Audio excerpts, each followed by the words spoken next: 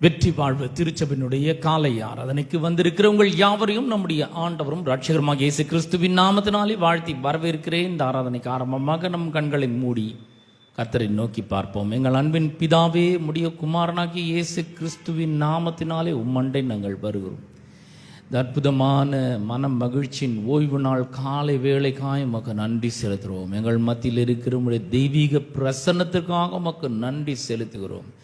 எங்கே 2-3 பேர் உம்முடைய நாமத்தினாலே கூடி வருகிறார்களோ அங்கே அவர்கள் மத்தியிலே நான் இருக்கிறேன் என்று சொன்ன தேவன், உம்முடைய வார்த்தையின்படியே ஆண்டவரே, நீர் எங்கள் மத்தியிலே பிரசன்னராய் இருக்கிறதற்காக உமக்கு ஸ்தோத்திரம். உம்முடைய பரிசுத்த ஆவியானுடைய வல்லமை எங்கள் மத்தியில் இருக்கிறதற்காக உமக்கு நன்றி செலுத்துகிறோம். ஆண்டவரே தகப்பனே, ஸ்தோத்திருக்கிறோம். இங்கே வந்திருக்கிற ஒவ்வொருவரும் வல்லமையான கரத்திலே நாங்கள் ஒப்பு கொடுக்கிறோம். இணையதளத்தின் மூலமாக பார்த்து கொண்டிருக்கிறவர்களை கூட உம்முடைய கரத்திலே நாங்கள் ஒப்பு கொடுக்கிறோம். ஆண்டவரே, உம்மை நாங்கள் துதித்து ஆராதிக்க போகிறோம். நாங்கள் பாடுகிற ஒவ்வொரு பாடல்களும் தேவனுடைய நாமத்தை மகிமைப்படுத்துகிறதாக இருக்கட்டும் என்று நாங்கள் ஜெபிக்கிறோம். ஆண்டவரே கர்த்தாவே, இங்கே நடக்கிற எல்லாவற்றின் மூலமாகவும் தேவன் நாமம் மகிமைப்படட்டும் என்று நாங்கள் ஜெபிக்கிறோம். கர்த்தருடைய வார்த்தை தெளிவோடும் அபிஷேகத்தோடும் வல்லமையோடும் புறப்பட்டு செல்லட்டும் என்று நாங்கள் ஜெபிக்கிறோம். ஆண்டவரை கேட்கிற மக்களுடைய இருதயங்களிலே என்னென்றைக்குமான மாற்றத்தை வாழ்க்கையில் கூட ஏற்படுத்தட்டும் என்று நாங்கள் ஜெபிக்கிறோம். எங்கள் எல்லாரையும் தாழ்த்தி உம்முடைய கரத்திலே நாங்கள் ஒப்பு கொடுக்கிறோம். சிக்கறிவுகளை வாசிக்கிற தாசர்கள் மீது உம்முடைய அபிஷேகம் தங்கியிருக்கட்டும். பாடல்களையும் துதி ஆராதனை நடத்துகிற சகோதரியின் மீது உம்முடைய வல்லமையின் அபிஷேகம் இருக்கட்டும் என்று நாங்கள் ஜெபிக்கிறோம். ஆண்டவரே, உம்முடைய அபிஷேகம் இங்கே கரைபுரண்டு ஓடட்டும் என்று ஜெபிக்கிறேன். எல்லா மக்களையும் தொடட்டும். ஜீவ நீரூற்று ஆண்டவர் அவர்களுடைய வாழ்க்கையிலே சுபிட்சத்தையும் செழிப்பையும் சுகத்தையும் பலனையும் ஜீவனையும் உண்டாக்கட்டும். தொடர்ந்து எங்கள் மத்தியிலே நீர் வல்லமையாக கிரியை நடப்பிப்பீராங்க. துதி கன மகிமை எல்லாவற்றும் ஒருவருக்கே நாங்கள் செலுத்துகிறோம். இயேசுவின் நாமத்தில் ஜெபிக்கிறோம் பிதாவே, ஆமென், ஆமென்.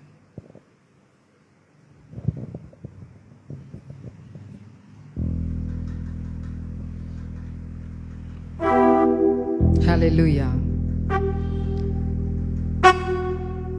எல் ஷடாய், நம்முடைய தேவனுக்கு ஒரு நாமம் உண்டு. அவர் சர்வ வல்லமையுள்ள தேவன். அவர் நம்மை பெருக பண்ணுகிற தேவன். ஆமென். நம்பிக்கைக்கு பாத்திரமானவர் அவர் ஒருவர் மாத்திரமே. அவர் மிகவும் உண்மையுள்ள தேவன். பொய் சொல்ல அவர் மனிதன் அல்ல, மனம் மாற மனுபுத்திரன் அல்ல என்று வேதத்திலே சொல்லப்பட்டிருக்கிறது. அவர் நமக்கு செய்வதை தடுப்பவன் யாருமே இல்லை. அல்லேலூயா. நம்முடைய வாழ்க்கையிலே நாம் தள்ளாடும் பொழுது அவருடைய கரம் நம்மை தாங்கி பிடித்து நம்மை நடத்துகிறதாய் இருக்கின்றது. ஒருவேளை இன்று நம்முடைய வாழ்க்கை அற்பமான ஆரம்பமாக தோன்றலாம். ஆனால் அதை நம்முடைய தேவன் சம்பூரணமாய் மாற்ற வல்லவராயிருக்கிறார். ஹல்லேலூயா. நாம் கண்ணீரோடு வாழ்ந்த காலங்களை மாற்றி கம்பீரமாய் வாழ வைக்க அவரால் மாத்திரமே முடியும். ஆமென். நம்முடைய எல்லா குறைவுகளையும், படிப்பிலே இருக்கிற குறைவுகள், வேலையிலே இருக்கிற குறைவுகள், பொருளாதாரத்திலே இருக்கிற குறைவுகள், நமக்கு உண்டான எல்லா ஆசீர்வாதத்திலும் இருக்கிறதான குறைவுகளை, எப்படிப்பட்ட குறைவுகள் இருந்தாலும் அந்த குறைவுகளை எல்லாவற்றையும் தம்முடைய மகிமையின் ஐஸ்வர்யத்தினால் அவர் நிறைவாக்க வல்லவராய் இருக்கிறார். ஹல்லேலூயா. நம்முடைய வாழ்வை சிறப்பான செழிப்பான வாழ்வாக அவரால் மாற்ற முடியும். ஆமென். இப்படிப்பட்ட ஒரு நல்ல தேவனை இன்று காலையிலே நாம் துதித்து ஆராதிப்போம்.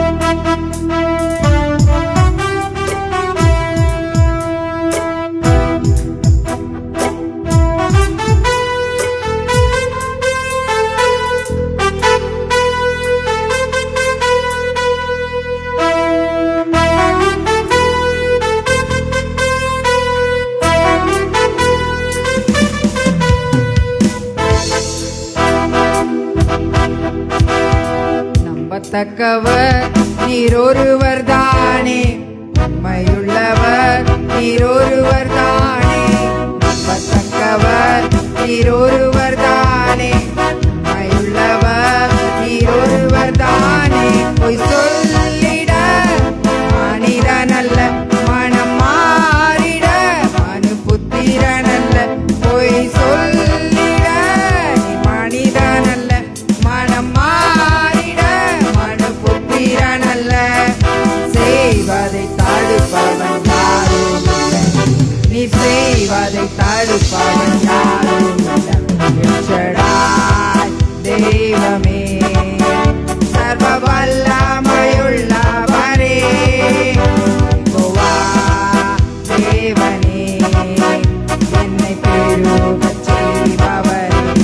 எல்சடாய் தெய்வமே, சர்வ வல்லமையுள்ளவரே, யெகோவா தேவனே, என்னை பெருகச் செய்பவரே.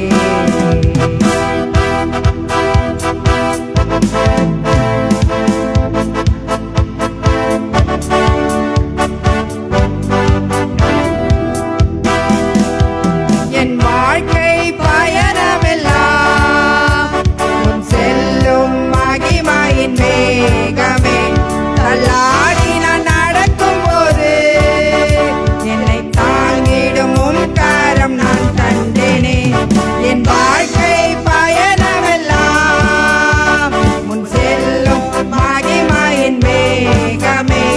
தள்ளாடி நான் நடக்கும் போது என்னை தாங்கிடும் உன் கரம் நான் கண்டேனே. எல்லா இயேசுக்கு சித்தனா முடிந்ததே, மிகவும் தொடங்கினதே. எல்லா இயேசுக்கு சித்தனா முடிந்ததே, மிகவும் தொடங்கினதே. எச்சடாய் தெய்வமே, சர்வ வல்லமையுள்ளவரே, யெகோவா தேவனே, என்னை பெருகச் செய்பவரே. எல்சடாய் தெய்வமே, சர்வ வல்லமையுள்ளவரே, யெகோவா தேவனே, என்னை பெருகச் செய்பவரே.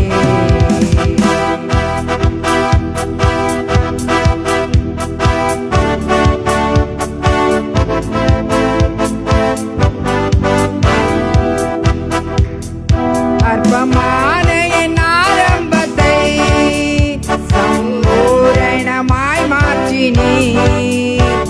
நான் கண்ணீரோடு விதைத்ததெல்லாம் கம்பீரமாய் அறுக்கச் செய்தி. அற்பமான என் ஆரம்பத்தை சம்பூரணமாய் மாற்றினீ. நான் கண்ணீரோடு விதைத்ததெல்லாம் கம்பீரமாய் அறுக்கச் செய்தி. என் குறைவெல்லாம் நிறைவாக்கி வறட்சியை செழிப்பாக்கி வாழ்நாளெல்லாம் போஷித்தீ. என் குறைவெல்லாம் நிறைவாக்கி வறட்சியை செழிப்பாக்கி வாழ்நாளெல்லாம் போஷித்தீ. எச்சடாய் தெய்வமே, சர்வ வல்லமையுள்ளவரே, யெகோவா தேவனே, என்னை பெருகச் செய்பவரே. எச்சடாய் தெய்வமே, சர்வ வல்லமையுள்ளவரே, யெகோவா தேவனே, என்னை பெருகச் செய்பவரே. நம்பத்தக்கவர் நீர் ஒருவர் தானே, உண்மையுள்ளவர் நீர் ஒருவர் தானே. நம்பத்தக்கவர் நீர் ஒருவர் தானே, உண்மையுள்ளவர் நீர் ஒருவர் தானே. பொய் சொல்லிட மனிதனல்ல, மனம் மாறிட மனு புத்திரனல்ல. பொய் சொல்லிட மனிதனல்ல, மனம் மாறிட மனு புத்திரனல்ல.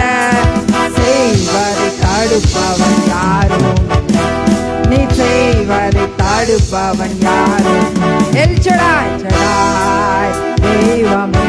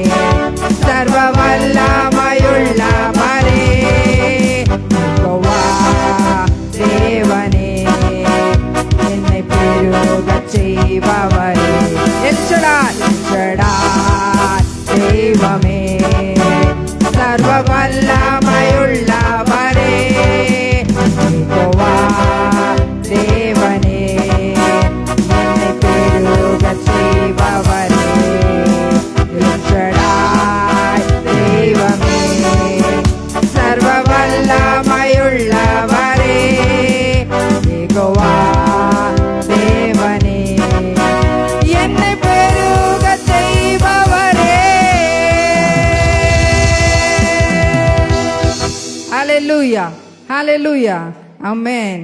நம்மை பெருகச் செய்கிற தேவன் அவர்.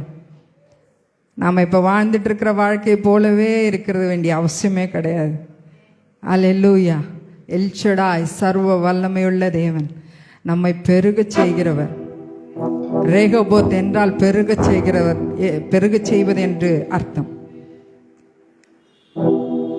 நம்மை பெருகச் செய்கிற தேவன், நம்முடைய தேவன் நன்மையும் கிருபையும் நம்மை தொடரச் செய்கிற தேவன். ஹalleluya, ஹalleluya.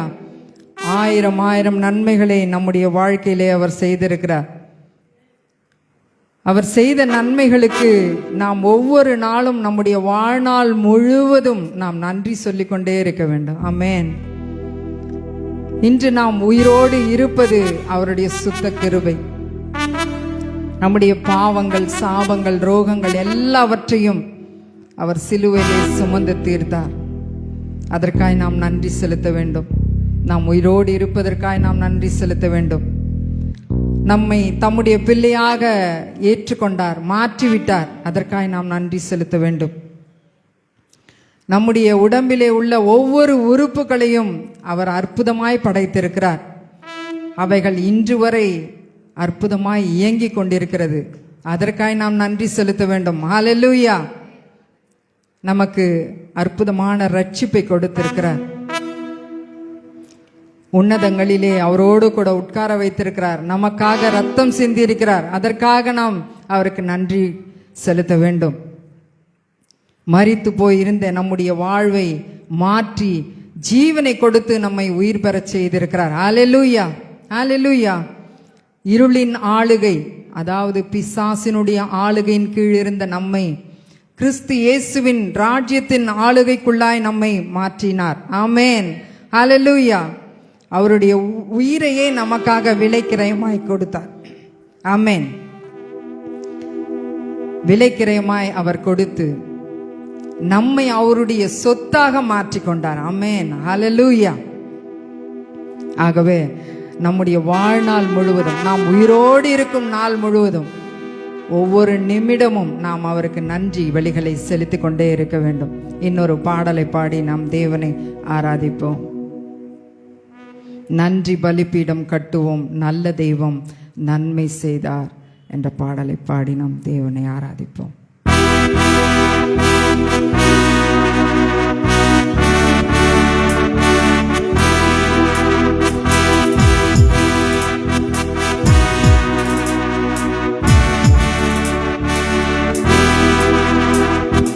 நன்றி பலிபீடம் கட்டுவோம், தெய்வம் நன்மை செய்தார். நன்றி பலிபீடம் கட்டுவோம், நல்ல தெய்வம் நன்மை செய்தார். செய்த நன்மை ஆயிரங்கள் சொல்லி சொல்லி பாடுவே. செய்த நன்மை ஆயிரங்கள் சொல்லி சொல்லி பாடுவே. தகப்பனே நன்மை செய்திரே.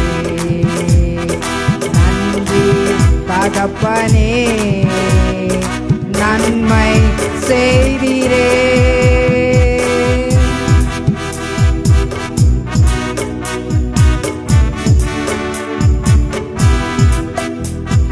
ஜீவன் தந்து நீர் அன்பு குந்தி, பாவம் நீங்கிட கழுவி விட்டி. ஜீவன் தந்து நீர் அன்பு குந்தி, பாவம் நீங்கிட கழுவி விட்டி. உமக்கென்று வாழ பிரித்தெடுத்து உமது ஊழியம் செய்ய வைத்தி. உமக்கென்று வாழ பிரித்தெடுத்து உமது ஊழியம் செய்ய வைத்தி. நன்றி தகப்பனே நன்மை செய்திரே. நன்றி தகப்பனே நன்மை செய்திரே.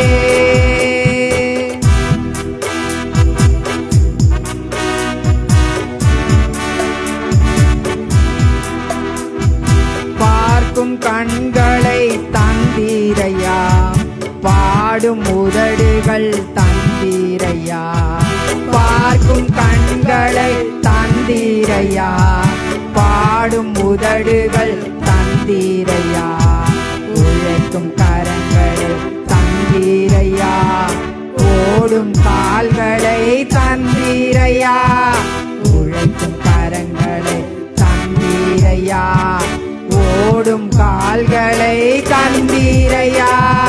நன்றி தகப்பனே, நன்மை செய்தீரே. கரங்களை அசைத்து நன்றி தகப்பனே, நன்மை செய்தீரே.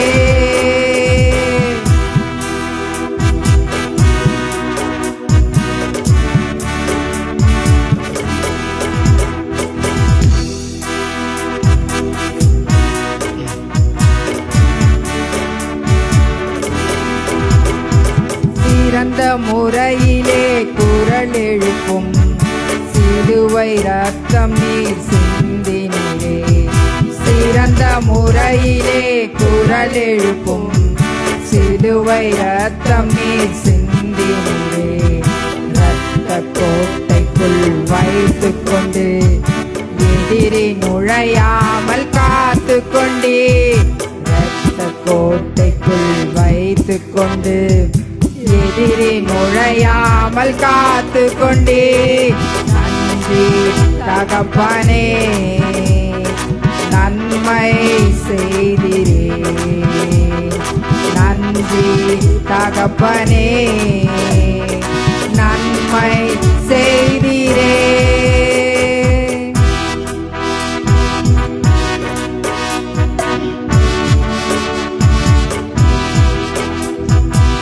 இருளின் அதிகாரம் அகற்றி விட்டீர், இயேசு அரசுக்குள் சேர்த்து விட்டீர்.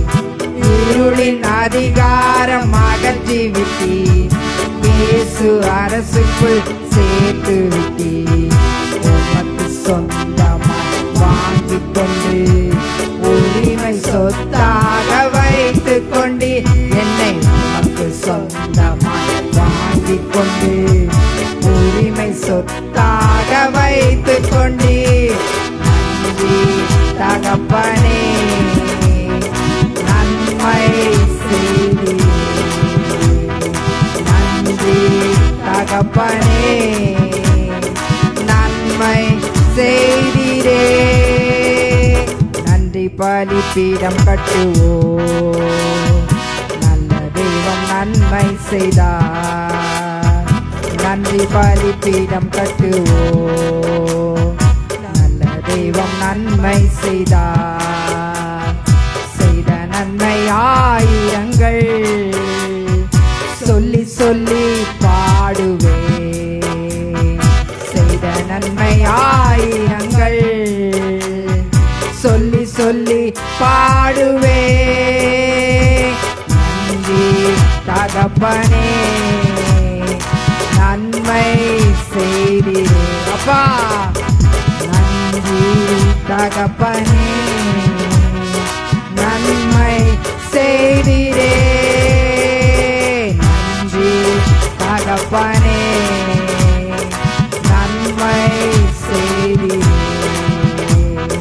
நன்றி தகப்பனே, நன்மை செய்தீரே. அல்லேலூயா, அல்லேலூயா. நம்முடைய வாழ்நாள் போதாது அவருக்கு நன்றி சொல்ல. அத்தனை அற்புதமான நன்மைகளை, அளவில்லாத நன்மைகளை நம்முடைய வாழ்க்கையிலே அவர் செய்திருக்கிறார். ஆமென். நாம் கலங்கின நேரத்தில் அவர் நம்முடைய கரத்தை பிடித்து தூக்கி எடுத்து நம்மை மார்போடு அணைத்து ஆறுதல் படுத்துகிற தேவன் அவர். கண்ணீரின் பள்ளத்தாக்கிலே நாம் நடக்கும் பொழுதும், பிசாசின் பிடியில் அகப்பட்டு பயத்தின் உச்சத்திலே நாம் இருக்கும் பொழுதும், அவர் நம்முடைய கரத்தை பிடித்து இறுக்கமாய் பற்றி கொண்டு கைவிடாதிருக்கிற தேவன் அவர். அல்லேலூயா. அவர் வாக்கு பண்ணியிருக்கிறார், நான் உன்னை விட்டு விலகுவதில்லை, உன்னை கைவிடுவதில்லை என்று சொல்லி வாக்கு பண்ணினவர் உண்மை உள்ளவர். ஆமென். மரணத்தின் விளிம்பிலே நாம் இருந்தாலும், பாதாளத்திலே நாம் விழுந்து போய் இருந்தாலும், அவருடைய கரம் நம்மை எப்பொழுதும் பற்றி கொண்டு இருக்கும். ஆமென். ஹல்லேலூயா. நாம் அனைவரும் எழுந்து நின்று தேவனை ஆராதிப்போம்.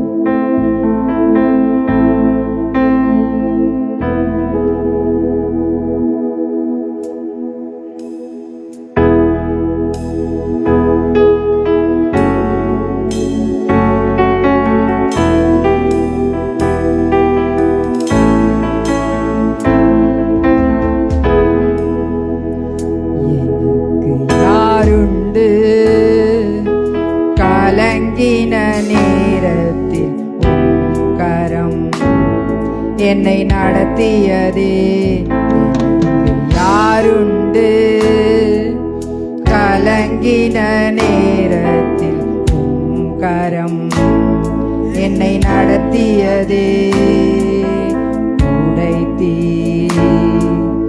உருவாக்கினீ சிச்சித்தீ சீர்படுத்தினீர் புடமிட்டீர் புதிதாக்கினீர் பிரித்தீர் என்னை பிரியாதிருந்தீர். உடைத்தீர் உருவாக்கினீர் சிச்சித்தீர் சீர்படுத்தினீர் புடமிட்டீர் புதிதாக்கினீர்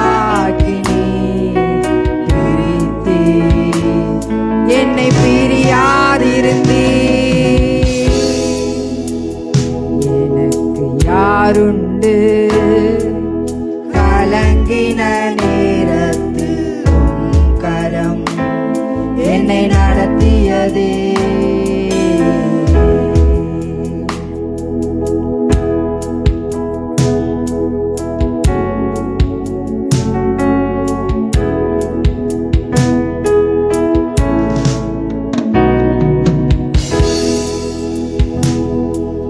பள்ளத்தின் நடுவில் நான் நடந்தேன். அச்சத்தின் உச்சத்தை பார்த்தேன். ஒளியில்லா இருளில் நான் நடந்தேன்.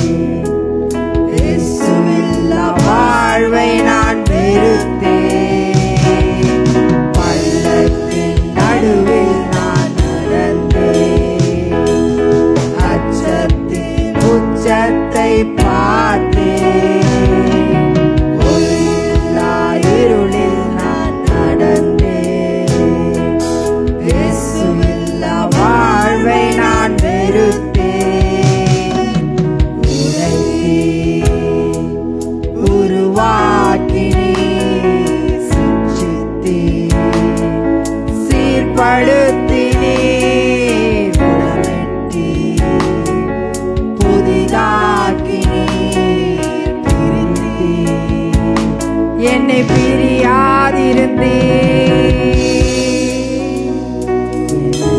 யாருண்டு கலங்கின நேரத்தில் கரம் என்னை நடத்தியதே. யாருண்டு கலங்கின நேரத்தில் கரம் என்னை நடத்தியதே.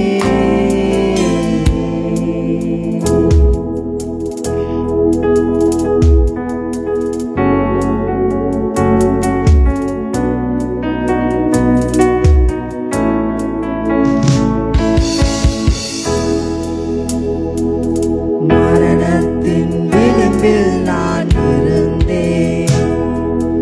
பாதாள குழியில் நான் கிடந்தேன். பாவத்தின் பாரத்தை சுமந்தேன். இயேசுவில்லா வாழ்வை நான் வெறுத்தேன்.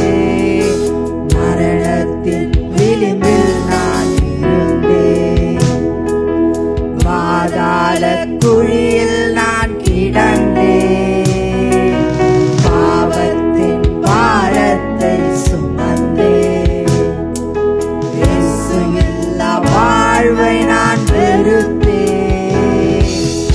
உடைத்தீர் உருவாக்கினீர் சிச்சித்தீர்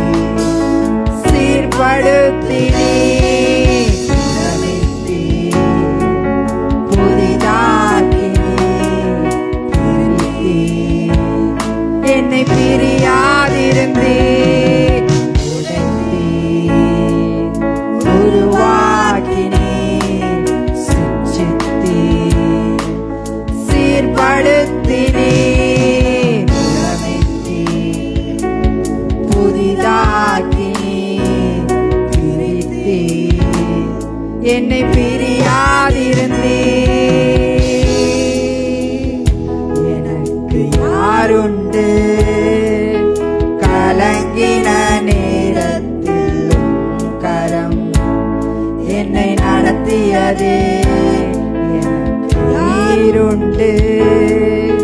கலங்கின நேரத்தில் உம் கரம் என்னை நடத்தினதே. எனக்கு நீருண்டு.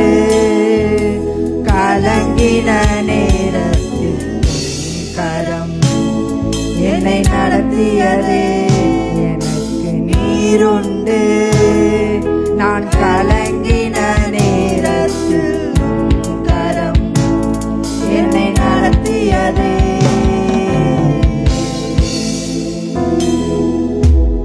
ஆமென். ஹல்லேலூயா. நம் இயேசு மிகவும் நல்லவர். ஆமென். துன்பப்படுகிறதான வேளையிலே அவர் நமக்கு துணையாக நிற்பார். நம்முடைய வேதனைகளை அவர் அறிந்திருக்கிறார். நம்மை மிகவும் நேசிப்பவர். நம்மை நேசிக்க யாருமே இல்லை என்று சொல்லி நாம் வருத்தப்பட வேண்டிய அவசியமே இல்லை. நம்மை நேசிக்க ஒருவர் இருக்கிறார், நம்முடைய தகப்பன். ஆமென். அவர் நம்மை நேசிக்கிறார். நாம் எத்தனை முறை அவரை விட்டு விலகி போனாலும், எவ்வளோ தூரம் போயிட்டு திரும்ப வந்தாலும் அவர் நம்மை சேர்த்து அணைத்துக் கொள்வார். அல்லேலூயா, அல்லேலூயா. நம்முடைய பரம தகப்பன் மிகவும் நல்லவர். அவருக்கு நாம் நன்றியை செலுத்துவோம்.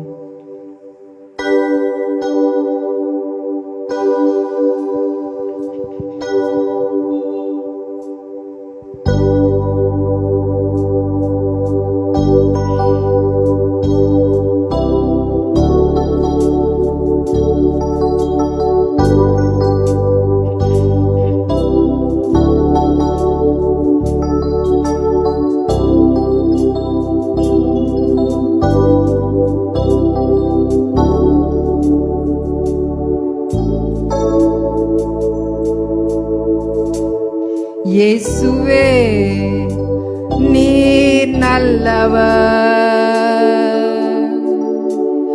இயேசுவே நீர் நல்லவர். உடைக்கப்பட்ட நேரங்களில் துணையாக நின்று எனக்கு நல்லவரா, எனக்கு நல்லவரா, ரொம்ப நல்லவராயிருப்பவரே. இயேசுவே நீ நல்லவர்.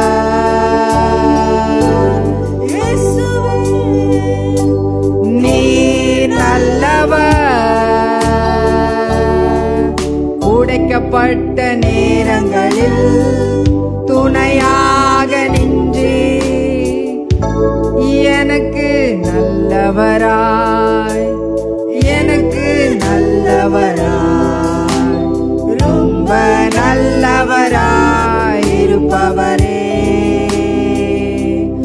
எனக்கு நல்லவராய், எனக்கு நல்லவராய், ரொம்ப நல்லவராய் இருப்பவரே. எப்படி நான் நன்றி உமக்கு சொல்லுவேன். செய்த நன்மைகள் ஏராளமே. எப்படி நான் நன்றி உமக்கு சொல்லுவேன். இயேசுவே செய்த நன்மைகள் ஏராளமே.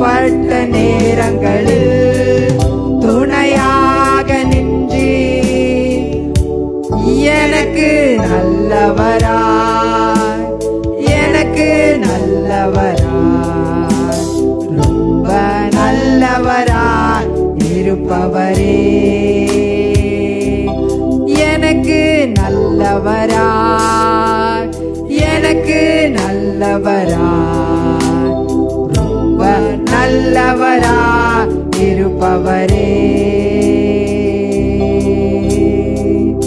எப்படி நான் நன்றி உமக்கு சொல்லுவேன். செய்த நன்மைகள் ஏராளமே இயேசுவே.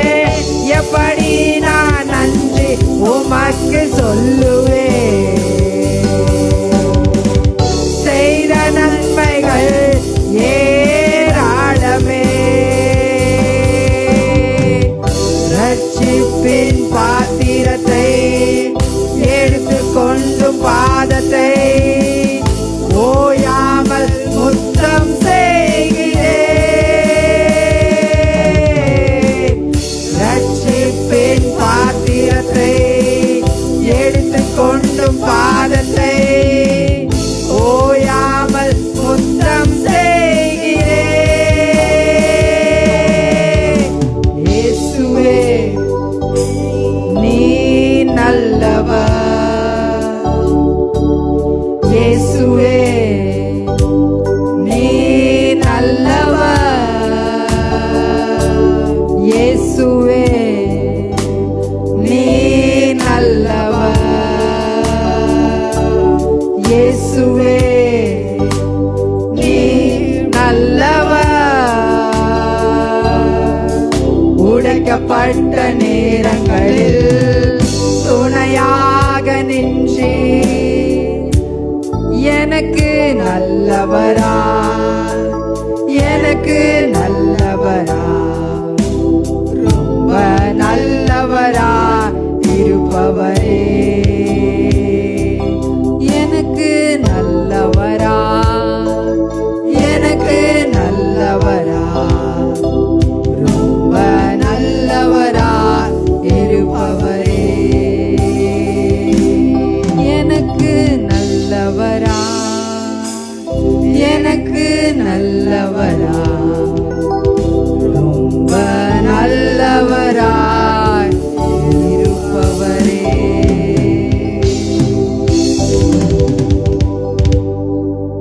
ஆமென். ஹல்லேலூயா, ஹல்லேலூயா, ஹல்லேலூயா, ஹல்லேலூயா, ஹல்லேலூயா. அப்பா நாங்கள் உமக்கு நன்றி செலுத்துகிறோம். நீர் நல்லவர், நீர் மிகவும் நல்லவர் ஆண்டவரே. அப்பா நீர் மிகவும் நல்லவர். அப்பா கர்த்தாவே, பிசாசின் அடிமைத்தனத்திலே அவனுடைய பிடியிலே இருந்த எங்களை மீட்டு உம்முடைய ராஜ்யத்துக்குள்ளாய் நீர் எங்களை சேர்த்து கொண்டீரே. நீர் மிகவும் நல்லவர் தகப்பனே. சேற்றிலே இருந்த எங்களை தூக்கி எடுத்து அப்பா உம்முடைய மார்போடு நீர் எங்களை சேர்த்து அணைத்து கொண்டீரே. நீர் மிகவும் நல்லவர் தகப்பனே. அப்பா நீர் மிகவும் நல்லவர் ஆண்டவரே. கண்ணீரின் பல தாக்கிலே நாங்கள் நடந்த பொழுது அப்பா நீர் உம்முடைய கரத்தை நீட்டி எங்களை ஆண்டவரே நீர் தூக்கி விட்டீரே. உமக்கு நன்றி ஆண்டவரே. நீர் மிகவும் நல்லவர் அப்பா. உமக்கு நன்றி செலுத்துகிறோம் ஆண்டவரே. மரணத்தின் பிடியிலே சிக்கியிருந்த எங்களை அப்பா நீர் உம்முடைய கரம் நீட்டி எங்களை தூக்கி எங்களை நீர் காப்பாற்றினீரே. உம்மை நன்றியோடு துதிக்கிறோம். நீர் மிகவும் நல்லவர் தகப்பனே. அப்பா உமக்கு ஸ்தோத்திரம்.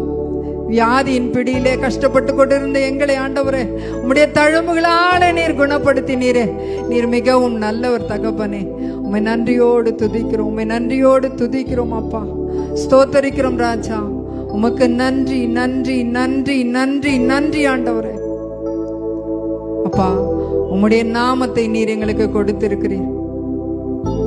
பரிசுத்த ஆவியின் வல்லமை நீர் எங்களுக்கு கொடுத்திருக்கிறீர். உம்முடைய விசுவாசத்தை நீர் எங்களுக்கு கொடுத்திருக்கிறீர் தகப்பனே. எல்லாவற்றிற்கும் மேலாய் உண்மையே நீர் எங்களுக்காய் கொடுத்தீரே அப்பா. உமக்கு ஸ்தோத்திரம். உம்மை நன்றியோடு துதிக்கிறோம், நன்றியோடு துதிக்கிறோம், நன்றியோடு துதிக்கிறோம் ராஜா. கர்த்தாவே இந்த காலை வேளைக்காய் நன்றி செலுத்துகிறோம். இந்த ஆராதனை வேலை முழுவதும் நீர் ஆண்டவரே உம்முடைய பிரசன்னத்தினால் நிறைத்தபடியால் நன்றி செலுத்துகிறோம். ஆவியானவர் எங்கள் மத்தியிலே அசைவாடினபடியால் உமக்கு நன்றி ஆண்டவரே. அப்பா உமக்கு ஸ்தோத்திரம். வந்திருக்கிற ஒவ்வொருவரையும் நீர் ஆசீர்வதிப்பீராக. வர தடைப்பட்டவர்களை தடைகளை நீக்கி கொண்டு வரும்படியாய் நாங்கள் செபிக்கிறோம் தகப்பனே. உமக்கு ஸ்தோத்திரம் அப்பா. கர்த்தாவே வார்த்தையின் வேலையை உம்முடைய கரங்களிலே ஒப்பு கொடுக்கிறோம். வார்த்தை பேசுகிறதான தாசனை மறைத்து பரிசுத்த ஆவியானவர் நீர் வெளிப்படும்படியாய் நாங்கள் செபிக்கிறோம் தகப்பனே. உமக்கு ஸ்தோத்திரம் அப்பா. மீதியான வேலையை நீர் பொறுப்பெடுத்துக் கொள்வீராக. எல்லாவற்றையும் உம்முடைய கரங்களிலே ஒப்புக் கொடுக்கிறோம். துதி கன மகிமை மேன்மையும் யாவற்றையும் உமக்கே செலுத்துகிறோம். இயேசுவின் மூலம் செபிக்கிறோம் நல்ல பிதாவே. ஆமென், ஆமென்.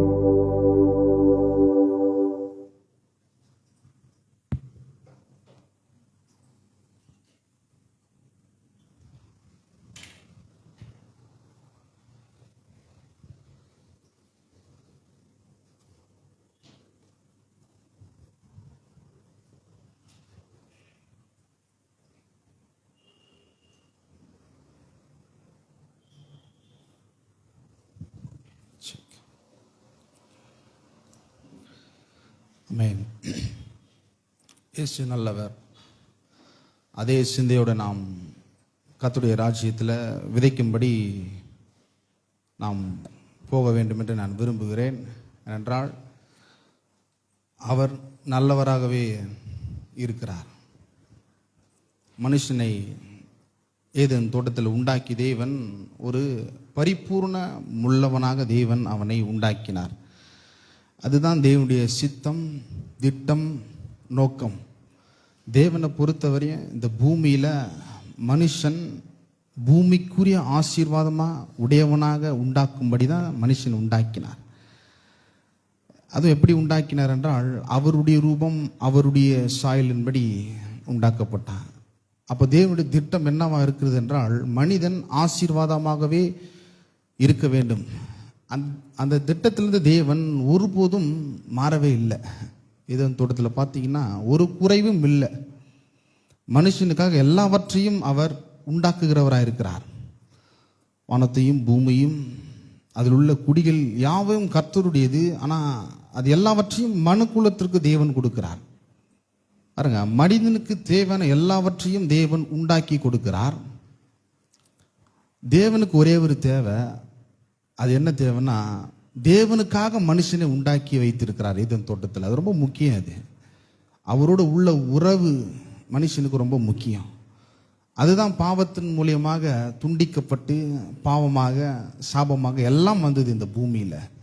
சாபத்தினுடைய ஒரு விளைவு தான் தரித்திரம், பணக்குறைவு, கஷ்டம், கண்ணீர், மரணத்தினுடைய செயல்பாடுகள். ஆனால் தேவன் மனுஷனுக்கு வகுத்த திட்டத்திலிருந்து ஒருபோதும் அவர் மாறவே இல்லை. ஆதாம் பாருங்க, பாவம் செஞ்ச பிறகு ஏதேன் தோட்டத்திலிருந்து விரட்டி அடிக்கப்படுகிறார். அது பாவத்தினுடைய ஒரு செயல்பாடு. ஆனால் தேவன் கோபமாகவோ அவர் இரக்கமற்ற நிலையில் அப்படி இல்லை. அது எதை காண்பிக்கிறது என்றால் அவன் அதே நிலையில் இருந்துடக்கூடாது என்பதை தேவன் ஒரு கருத்தில் கொண்டு தான் ஏதேன் தோட்டத்திலிருந்து விரட்டி அடிக்கப்படுகிறான். ஆனால் தேவன் மனுஷனை எந்த விதத்தில் ஆசீர்வாதமாக இருக்க வேண்டுமோ அந்த நிலையிலே தான் அப்படியே வச்சிருந்தாரு. பாருங்க, ஆதாம் கருத்துது ஒரு பேரழிவு உண்டாகிறது பாவத்தினுடைய விளைவுனால. ஏன்னா மனுஷனை உண்டாக்கினதற்கே தேவன் மனஸ்தாபப்பட்டார். ஏன்னா அவருடைய இருதயத்தின் நினைவுகள் எல்லாம் நித்தமும் பொல்லாதது என்று கண்டு தேவன். அப்படின்னா என்னன்னா, அப்போ பார்த்தீங்கன்னா நோவா அந்த சீனில் வராரு. அப்போ பார்த்தீங்கன்னா நோவாவுக்கு கர்த்தருடைய கண்களில் கிருபை கிடைத்தது. அப்போ அந்த பாவத்தின் நிமித்தமாக ஒரு அழிவு வந்தது. அந்த அழிவுக்கு பிறகு தேவன் ஒரு காரியத்தை சொல்லுகிறார். ஏதேன் தோட்டத்தில் ஆதாமை நோக்கி ஒரு காரியத்தை சொன்னார். நீங்கள் பலுகி பெருகி பூமியை நிரப்பி பூமியில் உள்ள எல்லாவற்றையும் பூமி அனைத்தையும் கீழ்ப்படுத்தி ஆண்டு கொள்ளுங்கள். அந்த ஆசீர்வாதத்தை நோவாவுடைய காலத்தில் தேவன் சொல்லுகிறார். ஆகவே மனுஷனு குறித்து திட்டம் நோக்கம் தேவன் மாறவே இல்லை. அவர் என்னவா இருக்கிறார், என்ன நினைக்கிறார் மனுஷனு குறித்துன்னா, நீங்கள் ஆசீர்வாதமாகவே வாழ வேண்டும், இந்த பூமிக்குரிய ஆசீர்வாதமாகவே இருக்கணும் தேவன் விரும்பி தான் தன்னுடைய குமாரனை அனுப்பி உங்களை விடுதலை ஆக்கியிருக்கிறார். அது ரொம்ப முக்கியம். இப்படிப்பட்ட ஒரு மீட்பை தேவன் நம்மளுக்கு கொடுத்திருக்கிறார். ஆனால் நடைமுறை வாழ்க்கையில் ஒரு சொல் இருக்கு பாருங்க. இப்போ நீங்கள் யாரை கேட்டாலும் பாருங்க, என்ன பண்ணுற அப்படின்னா, சும்மா இருக்கிறேன், சும்மா போயிட்டு வரலாம், சும்மா சாப்பிட்டு வரலாம். பாருங்க, நடைமுறை சொற்கள் பாருங்க. சும்மா தேவன் பாருங்க அப்படி மனுஷன் உண்டாக்கல. சரி, நம்ம ஏதோ சும்மா இருக்கிறோம், சரி சும்மா மனுஷன் உண்டாக்கிடலாம் அப்படின்னு அந்த நோக்கத்தில் அந்த திட்டத்தில் உண்டாக்கலாம். ஆனால் நடைமுறை சின்ன சின்ன சொற்கள்லாம் பாருங்கள் எப்படி ஒரு மனிதன் ஒரு கீழான நிலைக்கு போயிருக்கிறார் என்பதை காண்பிக்கிறது. நீங்கள் நிறைவாக இருக்க வேண்டும் என்று தேவன் விரும்புகிறார். சும்மா இல்லை, நிறைவாக இருக்கணும். ஆனால் நடைமுறை சொற்களில் பாருங்கள், நீங்கள் யாராவது சேட் கூட பண்ணி பாருங்கள், என்ன பண்ணுறேன்னா சும்மா உட்காந்துட்ருக்கேன் அப்படின்னு. நீங்கள் நானும் சும்மா தான் பாருங்க, சும்மா இல்லை. தேவன் உங்களை நிறைவுள்ளவர்களாக பரிபூர்ணம் உள்ளவர்களாக ஆக்க வேண்டும். அதற்காக தான் தன்னுடைய சொந்த குமாரனை அனுப்பி கல்வாரி சிலுவையில் மரிக்க செய்திருக்கிறார். பாவத்திற்கான ஒரே ஒரு தண்டனை என்னன்னா, பாவத்தின் மீது தேவன் கோபமாக இருக்கிறார். ஏன்னா பாவத்தோடு தேவனோடு உறவு கொள்ள முடியாது, அது ரொம்ப முக்கியம். அதனால தான் பாவத்தை ஆக்கினிக்குள்ளாக தீர்க்கிறார், மனுஷனை அல்ல, பாவத்தை. இயேசு பாருங்க, கல்வாரி சிலுவையில் பாவமாக்கப்பட்டார். ஏன்னா நீங்கள் ஆசீர்வாதமாக இருக்கணும், நீங்கள் பரிபூர்ணம் உள்ள வாழ்க்கையை வாழணும். தேவன் விரும்புகிறார். உங்களுடைய சிந்தை மாறணும். இப்போ இருக்கிற சூழ்நிலை எல்லாம் மாறணும். ஒருவேளை இப்போ இல்லாமல் இருக்கலாம், ஒருவேளை ஏழ்மையில் இருக்கலாம். ஆனால் அது உங்களுடைய வாழ்க்கை நோக்கம் அல்ல, திட்டம் அல்ல. ஏனென்றால் ஆதியாகமம் 1ஆம் அதிகாரம் 2ஆம் அதிகாரத்தை நீங்கள் வாசிச்சு பாருங்க. அதில் உள்ள வாழ்க்கை அப்படிப்பட்ட ஒரு வாழ்க்கை, ஒரு இன்பமான வாழ்க்கை. ஏதோ அப்படின்னா இன்பம் நிறைந்த ஒரு வாழ்க்கை, ஒரு குறைவும் இல்லை. அப்படித்தான் மனுஷன் உண்டாக்கப்பட்டான். ஆனால் இன்றைக்கு இருக்கிற கிறிஸ்தவர்கள் எப்படி நினைக்கிறார்கள்னா, ஆதியாகமம் 3ஆம் அதிகாரம் அடுத்து தான் பாவம் வருகிறது. என்ன நினைக்கிறாங்கன்னா, நான் ஒரு பாவி, ஆண்டவர் ஏற்றுக்கொள்ளணும், பரலோகம் போகணும், இதுதான். ஆனால் அதற்கு முன்பாக ஏதோ என்ன ஒரு வாழ்க்கை தேவன் வைத்திருக்கிறார், அதை அறிந்து கொள்ளவே இல்லை. ஆனால் நீங்கள் அறிந்து கொள்ள வேண்டும். நீங்கள் ஆசீர்வதிக்கப்பட்டவர்கள், ஆசீர்வதிக்கப்பட்டவர்களாக இருக்க முடியும் என்பதை அவருடைய குமாரனை அனுப்பி விளங்க செய்கிறவராக இருக்கிறார். தேவன் உங்களுடைய தேவையில் எல்லா விதத்திலும் அவர் சந்திக்க முடியுங்க.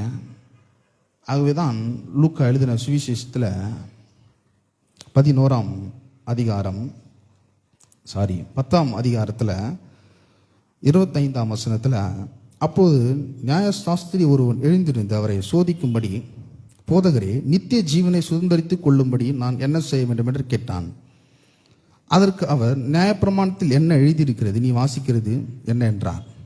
அவன் பிரதியுத்தரமாக, தேவனாகிய கர்த்தரிடத்தில் உன் முழு இருதயத்தோடும், உன் முழு ஆத்மாவோடும், உன் முழு பலத்தோடும், உன் முழு சிந்தையோடும் அன்பு கூர்ந்து. பாருங்க, இந்த இடத்துல சிந்தைன்னு வருது இல்லையா? இப்போ தேவன் மரித்திருக்கிறார், அவர் பாவமாக்கப்பட்டிருக்கிறார், உங்களுடைய பாவத்தை அவர் ஏற்றுக்கொண்டிருக்கிறார், தரித்திரத்தை எல்லா விதத்திலும் அவர் நீக்கி போட்டிருக்கிறார். நீங்கள் சுகமாக இருக்கிறீர்கள். இப்பொழுது மீட்பின் மூலியமாக பூமிக்குரிய ஆசீர்வாதங்கள் வருகிறது. ஆகவே தான் நம்முடைய சிந்தையில் ஒரு மாற்றம் வேண்டும் என்று தேவன் விரும்புகிறார். இந்த இடத்துல பாருங்க, பிரதான கற்பனை என்னன்னா, உன் முழு இருதயத்தோடும், உன் முழு ஆத்மாவோடும், உன் முழு பலத்தோடும், உன் முழு சிந்தையோடும் அன்பு கூற வேண்டும். அப்ப நீங்கள் எப்படிப்பட்ட ஒரு பொருளாதார ரீதியில் சிந்திக்கிறீர்கள் என்பது ரொம்ப முக்கியம். தரித்திர நிலையில இருந்து தேவன் அன்பு கூறவே முடியாது. உங்கள் சிந்தையை மாற்ற வேண்டும். பாருங்க, இன்னைக்கு இருக்கிற காலகட்டத்தில் பேரம் பேசுவாங்க பார்த்தீங்களா? நான் அப்படிப்பட்ட ஆட்களை பார்த்துருக்குறேங்க. பப்ஸில் கூட பேரம் பேசுகிற ஆட்களை பார்த்துருக்குறேன். 12 ரூபா பப்ஸு, 10 ரூபாய்க்கு கொடுங்க, அந்த 2 ரூபாய்க்கு பேரம் பேசுவாங்க. கண்ணார கண்டிருக்கிறேன். இதெல்லாம் தரித்திரத்தினுடைய நிலை, அவல நிலையை காண்பிக்கிறது. நம்முடைய வாழ்க்கை தேவன் செழுமை உள்ள வாழ்க்கையாக வாழ வேண்டும் என்று தேவன் விரும்புகிறார். நீங்களும் அந்த விருப்பத்தோடு இருக்க வேண்டும். ஆகவே தான் தேவன் என்ன பண்ணுகிறார் என்றால், திருச்சபையில் காணிக்கையும் தசமபாகத்தையும் கொடுக்க வைக்கிறார். ஏனென்றால் கொடுக்கிற மனப்பான்மை நமக்கு வேண்டும் என்று தேவன் விரும்புகிறார். பாவத்தின் மூலியமாக தான் இந்த சுயநலம், பதுக்கி வைக்கிறது, கண்ணமிட்டு திருடுறது, யாராவது ஏமாற்றி பிழைக்கலாம், அப்படிப்பட்ட காரியம். ஆனால் வேதம் சொல்வது, கர்த்தரின் ஆசீர்வாதமே ஐஸ்வர்யத்தை கொண்டு வரும், அதனோடு அதை வேதனையை கூட்டார். இந்த வேதனை தான் இது, திருடி பிழைக்கிறது, ஏமாற்றி பிழைக்கிறது, கடன் வாங்கி பிழைக்கிறது. பாருங்க, இதெல்லாம் உங்களுக்கு இருக்கவே கூடாது, தேவன் விரும்புகிறார். ஆகவே கர்த்தரின் ஆசீர்வாதம் ஐஸ்வர்யத்தை கொண்டு வருகிறது.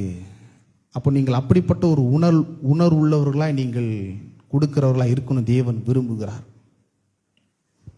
பாருங்க, எப்படிப்பட்ட ஒரு மனப்பான்மையோடு கொடுக்கணும் அப்படின்னா, இப்போ நான் ஒரு பேச்சுக்கு சொல்கிறேன், உங்ககிட்ட ஒரு 10 கோடி ஆளுக்கு கொடுத்துட்டு இந்த நபர்கிட்ட போயிட்டு இந்த 10 கோடியும் கொடுங்க அப்படின்னு நான் சொல்கிறேன். அப்போ உங்களுக்கு மனப்பான்மை எப்படி இருக்கும்? அந்த 10 கோடியை நம்ம எடுத்துக்கலாமா, இல்லை அவருக்கு கொடுக்கலாமா? இல்லை, நான் ஒரு பின்னாடி ஒரு பெரிய ஒரு பிளானை வச்சு தான் உங்களுக்கு கொடுக்குறேன். இந்த 10 கோடியை போயிட்டு வேற நபர்கிட்ட நீங்கள் கொடுங்க, உங்களுக்கு 1000 கோடியை நான் தருவேன் என்று நான் மனசில் நினச்சிருக்கேன். ஆனால் உங்களுக்கு சொல்ல மாட்டேன். அப்படி சொன்னால் என்ன ஆகும்னா, இப்போ நான் கூட 10 கோடி கொடுக்குறேன் என்றால் மற்றவர்களுக்கு கொடுக்குற நிலை வருமா? கொஞ்சம் கஷ்டம்தான், எனக்கே தெரியும். ஆனால் 10 கோடி இருக்கிற செலவு, வாழ்க்கை எவ்வளோ கணக்கு போட்டு வச்சுருப்போம், அதெல்லாம் நம்ம வாழ்ந்து தீர்க்க மட்டும் அப்படி இருப்போம். ஆனால் இந்த 10 கோடியை காட்டிலும் வேதத்தில் ஆபிரகாம் இடத்துல கேட்கிறாரு, அவரை சோதிக்கும்படி ஒன்று கேட்குறாரு. உன் ஏக சுதனும் ஏக புத்திரனும் நேசகுமாரனும் ஈசாக்கை மோரியா மலை இடத்துல கொண்டு வந்து பலியிடுன்றாரு. இந்த 10 கோடியிலும் அது பெரிய ஒரு இது. ஏன்னா அதுக்கு பின்னாடி ஒரு பெரிய ஒரு ஆசீர்வாதம் இருக்கிறது. ஆஸ்தி பார்த்தீங்கன்னா ஆதியாகமும் 22ஆம் அதிகாரம், ஆதியாகமும் 22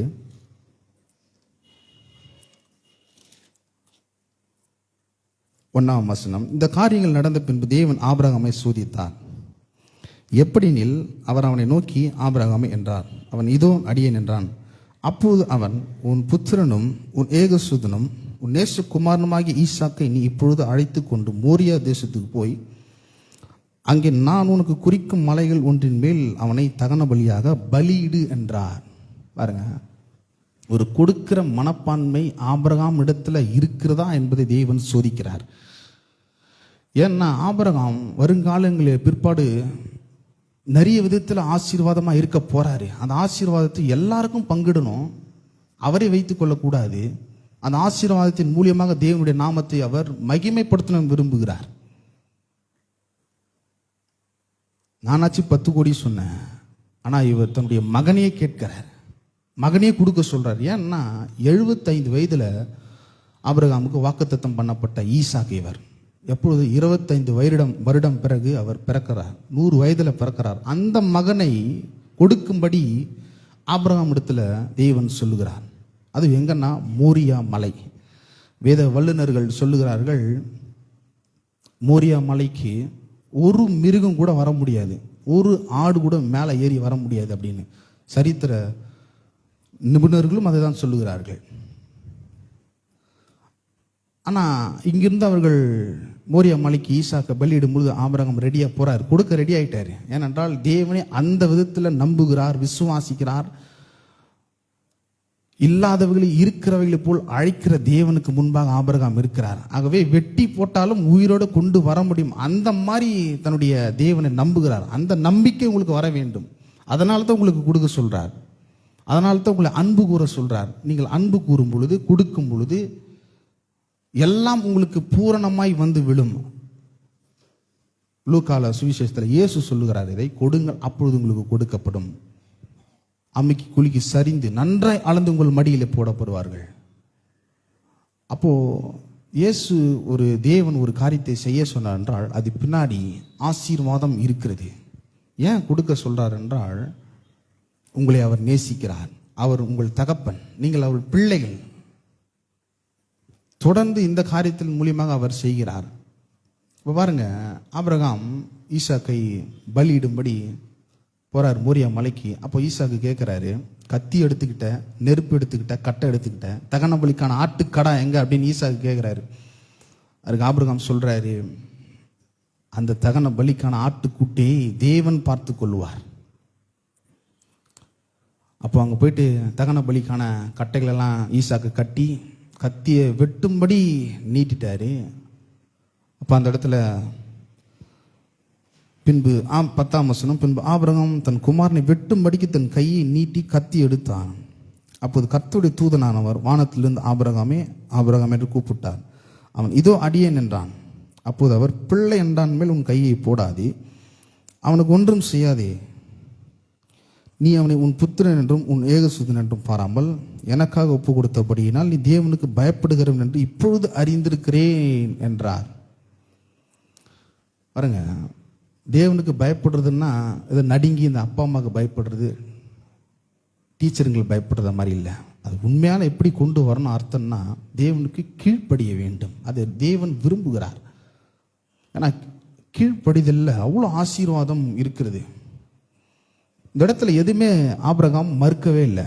தன்னுடைய குமாரனே தேவன் கேட்கிறார் பலியிடும்படி. ஆண்டவரே, இப்போதான் பிறந்தான், செல்ல பிள்ளை இஸ்மவேல் இருக்கான், அவனை வேணா கூட்டின்னு வர அப்படின்னு கூட சொல்ல, கொண்டு வராரு. அந்த கொடுக்கிற மனப்பான்மை எப்படிப்பட்ட மனப்பான்மை என்றால், தேவனை அப்படிப்பட்டவராக தன்னுடைய வாழ்க்கையில் ருசி பார்த்தவராக கொண்டு வருகிறார். ஆகவே நீங்களும் தேவனை ருசி பார்க்க வேண்டும். நீங்கள் தேவனை ருசி பார்க்கும் பொழுது, அவரை அன்பு கூறும் பொழுது, நீங்கள் அவரை தேடும் பொழுது கொடுக்கிறது ஒரு பெரிய காரியமாக ஆகாது. ஒருவேளை நீங்கள் சொல்லலாம், கொடுக்கறது என்கிட்ட இல்லை. நான் சொல்கிறேன், நீங்கள் தீர்மானியுங்கள், ஆண்டவரே நான் விதைக்கிறதுக்கு எனக்கு ஏராளமான விதைகள் வேண்டும் என்று உங்கள் நினைவில் நீங்கள் கொள்ளும் பொழுது, அவர் ஏராளமான விதைகளை உங்களுக்கு கொடுக்க முடியும். அந்த விதைகள் மூலியமாக உங்களுடைய குடும்பம் ஆசீர்வதிக்கப்படும். குடும்பம் மட்டுமல்ல, மற்ற குடும்பத்தையும் நீங்கள் வாழ வைக்க முடியும். தேவனுடைய சுவிசேஷத்துக்கென்று ஊழியத்துக்கென்று நாம் கொடுக்க முடியும். ஆகவே தேவன் இங்கே ஒரு பெரிய ஒரு ஆசீர்வாதத்தை கட்டளையிடுகிறார் பாருங்க. என்னன்னா 17-18, அதுக்கு முன்பாக 16 வாசிக்கிறேன். நீ உன் புத்திரன் என்றும் உன் ஏகசுதன் என்றும் பாராமல் அவனை ஒப்பு கொடுத்து இந்த காரியத்தை செய்தபடியால் நான் உன்னை ஆசீர்வதிக்கவே ஆசீர்வதித்து உன் சந்ததியை வானத்து நட்சத்திரங்களைப் போலவும் கடற்கரை மணலைப் போலவும் பெருகவே பெருக பண்ணுவேன் என்றும் உன் சந்தையார் தங்கள் சத்துருக்களின் வாசல்களை சுதந்திரித்துக் கொள்வார்கள் என்றும் நீ என் சொல்லுக்கு கீழ்ப்படிந்தபடியினால் உன் சந்ததிக்குள் பூமியில் உள்ள சகல ஜாதிகளும் ஆசீர்வதிக்கப்படும் என்றும் என் பேரில் ஆணையிட்டு என்று கர்த்தர் சொல்லுகிறாருங்க. கர்த்தர் பேர் மேல ஆணையிடுறாருங்க. இந்த மாதிரி ஆசீர்வாதங்கள் சொல்லலையா? என் சொல்லுக்கு கீழ்ப்படிந்து நடந்தபடியால்.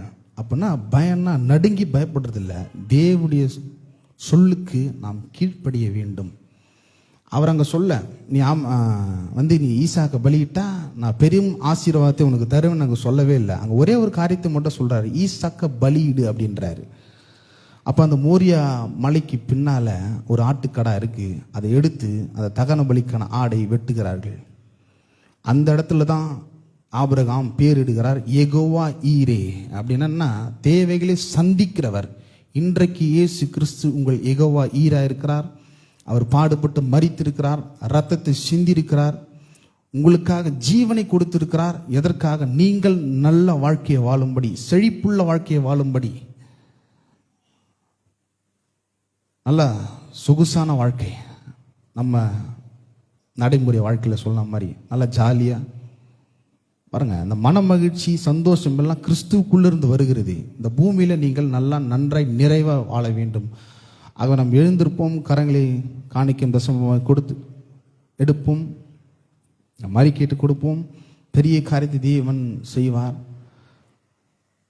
ஆகவே நாம் மாதிரி கேட்டு கொடுப்போம். பரலோக பிதாவே, குமாரனாக இயேசுவின் நாமத்தில் இடத்தில் வருகிறேன். ஆண்டவரே, என்னிடத்தில் உள்ளதெல்லாம் நீர் கொடுத்தவை. ஆகவே உம்மை கனம் பண்ணும்படி உம்முடைய ராஜ்யத்தில் நான் விதைக்கிறேன். உம்முடைய ராஜ்யத்தில் விதைப்பதால் என்னுடைய வாழ்க்கையில் பணக்குறைவு என்பது இருக்கவே இருக்காது. நான் நிச்சயமாய் ஆசீர்வதிக்கப்பட்டவனாய் இருப்பேன். ஜீவனுள்ள நாளெல்லாம் நன்மையும் கிருபையும் கர்த்தருடைய ஆசீர்வாதமும் ஐஸ்வர்யமும் என்னை தொடரும். ஆமென்.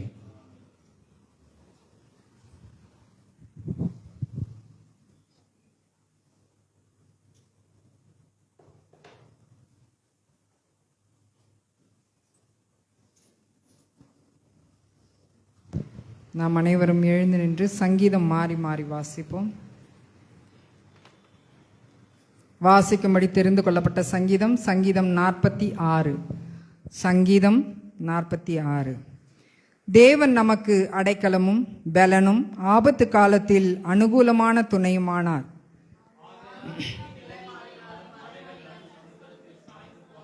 அதன் ஜலங்கள் கொந்தளித்து பொங்கி அதன் பெருக்கினால் பர்வதங்கள் அதிர்ந்தாலும் நாம் பயப்படும்.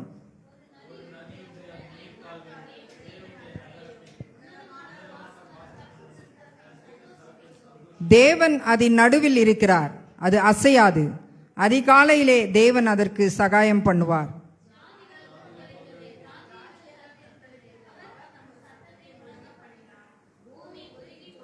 சேனைகளின் கர்த்தர் நம்மோடு இருக்கிறார். யாக்கோபின் தேவன் நமக்கு உயர்ந்த அடைக்கலமானவர்.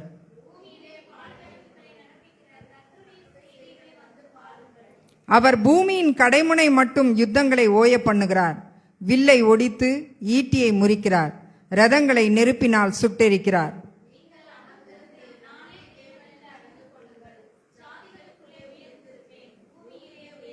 நாம் அனைவரும் சேர்ந்து வாசிப்போம். சேனைகளின் கர்த்தர் நம்மோடு இருக்கிறார். யாக்கோபின் தேவன் நமக்கு உயர்ந்த அடைக்கலமானவர். வாசிக்க கொடுக்கப்பட்ட வேத பாடம் வாசித்து முடிந்தாயிற்று. தேவனே உமக்கு மகிமை உண்டாவதாக. ஆமேன். சபையின் அறிவிப்புகள். ஒவ்வொரு ஞாயிற்றுக்கிழமையும் காலை ஆராதனை காலை 8 மணி முதல் 10:30 மணி வரை நடைபெறும். ஒவ்வொரு வெள்ளிக்கிழமையும் மாலை 7 மணி முதல் 8 மணி வரை பரிந்து பேசும் ஜெபம் நம்முடைய ஆலயத்திலே நடைபெறுகிறது. ஒவ்வொரு மாதமும் 1ஆம் தேதி அதிகாலை 5:30 மணி முதல் 6:30 மணி வரை வாக்குத்தத்த ஆராதனை நம்முடைய சபையிலே நடைபெறுகிறது. ஒவ்வொரு மாதமும் 2வது சனிக்கிழமை மாலை 7 மணி முதல் 8 மணி வரை வாலிபர் கூட்டம் நடைபெறும். ஒவ்வொரு மாதமும் 3வது சனிக்கிழமை காலை 10:30 மணி முதல் 12 மணி வரை மகளிர் கூட்டம் நடைபெறுகிறது. ஒவ்வொரு மாதமும் கடைசி வாரம் சனிக்கிழமை மாலை 6:30 மணி முதல் 8:30 மணி வரை துதி ஆராதனை இந்த வாரம் சனிக்கிழமை நடைபெறும். நீங்கள் யாவரும் வந்து கலந்து கொள்ளும்படி மிகவும் அன்புடன் கேட்டுக்கொள்ளப்படுகிறீர்கள்.